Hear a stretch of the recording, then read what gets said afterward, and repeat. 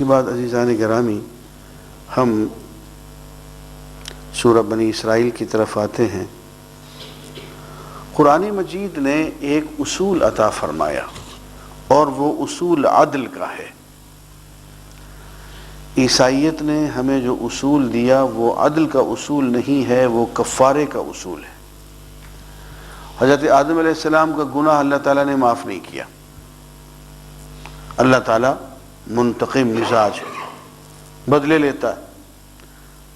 ہمارے بابا آدم رو رو کے ہلکان ہو گئے، لیکن گاڈ آل مائٹی نے معاف نہیں کیا، اور معاف کرنے کی بجائے ان کا گناہ پھر ان کی پشتوں میں منتقل کرنا شروع کر دیا۔ باپ کا گناہ بیٹے کی پشت میں، بیٹے کا پوتے کی پشت میں، یوں پشت در پشت گناہ منتقل ہوتا گیا، اور تاں کہ حضرت عیسیٰ علیہ السلام نے صلیب پہ چڑھ کے پوری انسانیت کے گناہوں کا کفارہ دے دیا اور وہ گناہ معاف ہو گیا۔ عزیزان گرامی، یہ کہانیاں بچوں کو تو سنائی جا سکتی ہیں رات کو سوتے وقت، لیکن ان کہانیوں کا انسان کی فطرت سے، عدل سے، حقانیت سے کوئی تعلق نہیں۔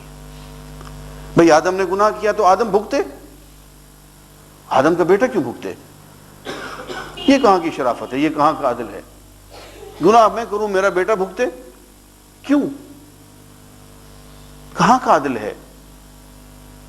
بنی اسرائیل کی ایک آیت نے اس ساری متھ کو ایکسپلوڈ کر کے رکھ دی۔ لا تزر وازرۃ وزر اخری، کوئی بوجھ اٹھانے والا کسی دوسرے کا بوجھ نہیں اٹھائے گا۔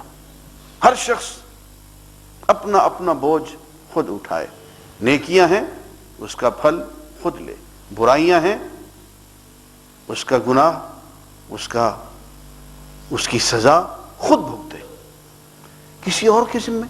اور پھر دیکھیں کتنی مزہ کا خیز بات ہے، یعنی کہتے ہوئے شرم آتی ہے۔ وہ بھی 2000 سال ہو گئے حضرت عیسیٰ علیہ السلام کو صلیب پہ لٹکے ہوئے، اگر وہ لٹکے، میں ان کے عقیدے کی بات کر رہا ہوں۔ 2000 سال پہلے وہ لٹک کے انہوں نے آج میرے گناہوں کو معاف کرا لیا۔ رفع حاجت بعد میں ہو رہی ہے، استنجا پہلے ہو گیا۔ لا حول ولا قوت الا باللہ۔ ایک مذاق ہے، اللہ تعالیٰ کی آیات کو کھیل بنائے ہوا ان لوگوں نے، اور وہ بات جو عقلاً سمجھ میں نہ آئے اس کو سیکرٹس آف دی چرچ کہتے ہیں، اس کو بلائنڈ فیتھ پہ لے آتے ہیں۔ ایک مائتھولوجی بنائی ہوئی ہے، دین کو بالکل ایک مذاق بنایا ہوا ہے۔ قرآن مجید نے آ کے کہا نہیں، یہ سب باتیں چھوڑ دو، غلط بات ہے، کوئی کسی کا کفارہ نہیں دے سکتا۔ ہر شخص اپنی نیکی کا پھل خود، اپنی برائیوں کا اجر، اپنی برائیوں کا سزا خود بھگتے گا۔ لا تزر وازرۃ وزر اخری، کوئی شخص کسی دوسرے کا بوجھ نہیں اٹھائے گا۔ وَأَنَّ سَعْيَهُ سَوْفَ يَرَىٰ، اور ہر شخص اپنی محنت، اپنی کوشش اپنی آنکھوں کے سامنے خود دیکھ لے گا۔ اب دیکھیں نا، یہ ایک عدل کی بات تھی۔ دنیا اس مائتھولوجی کی ماری ہوئی دنیا تھی کہ حضور نے ایک بدو کے سامنے یہ آیت پڑھی تو جھوم اٹھا، ایک آیت سے جھوم اٹھا، اور اس نے کہا بس یا رسول اللہ، بس پوری زندگی کے لیے یہی ایک آیت کافی ہے۔ وَمَن يَعْمَلْ مِثْقَالَ ذَرَّةٍ خَيْرًا يَرَهُ وَمَن يَعْمَلْ مِثْقَالَ ذَرَّةٍ شَرًّا يَرَهُ۔ بس یہ ایک آیت حضور نے پڑھی، جھوم اٹھا، کہنے لگا بس یا رسول اللہ، بس اتنی کافی ہے، مجھے ساری زندگی کے لیے ایک آیت کافی ہے۔ آیت کے الفاظ پہ غور کریں۔ وَمَن يَعْمَلْ مِثْقَالَ ذَرَّةٍ خَيْرًا، جو ایک ذرے کے برابر بھی خیر کا کام کرے گا، یارہ، اپنی آنکھوں سے دیکھ لے گا۔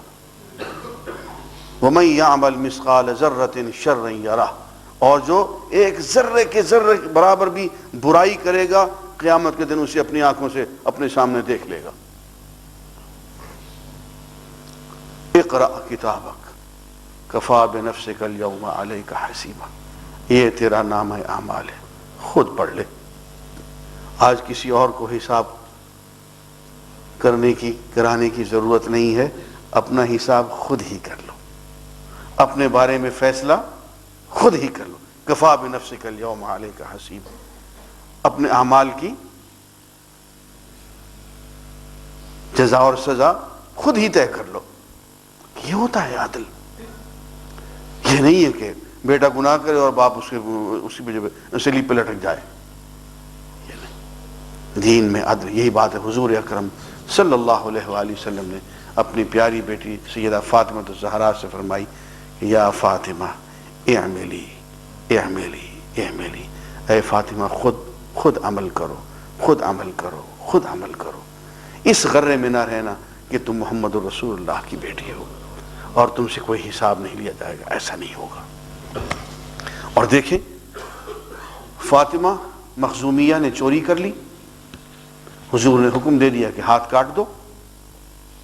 اب وہ سردار کی بیٹی تھی، سفارشوں پہ سفارشیں آنے لگی۔ حضور کے محبوب حضرت زید کے بیٹے حضرت اسامہ کو کہا گیا، حضرت اسامہ نے سفارش کر دی، حضور غضبناک ہو گئے۔ اسامہ نے کہا یا رسول اللہ اگر رعایت فرما دیں، کچھ معاف کر دیں، یہ فلاں قبیلے کے سردار کی بیٹی ہے، تو اگر اس مرتبہ آپ اس کا جرم معاف کر دیں بس۔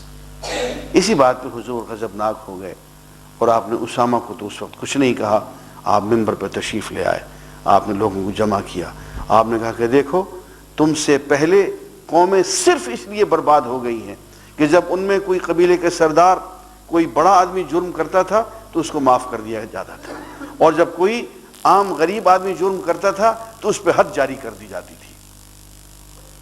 آپ نے فرمایا واللہ لو کانت فاطمۃ بنت محمد سرقت لقطعت یدہا، میں اللہ کی قسم کھا کے کہتا ہوں کہ اگر محمد کی بیٹی فاطمہ نے چوری کی ہوتی تو میں اس کے ہاتھ بھی کاٹ دیتا۔ یہ عدل ہوتا ہے دوستو، اس میں کوئی اونچ نیچ نہیں چلتی ہے کہ فلاں فلاں کا کفارہ ہو گیا اور فلاں فلاں کا، ایسا کچھ نہیں ہوتا ہے۔ بسم اللہ الرحمن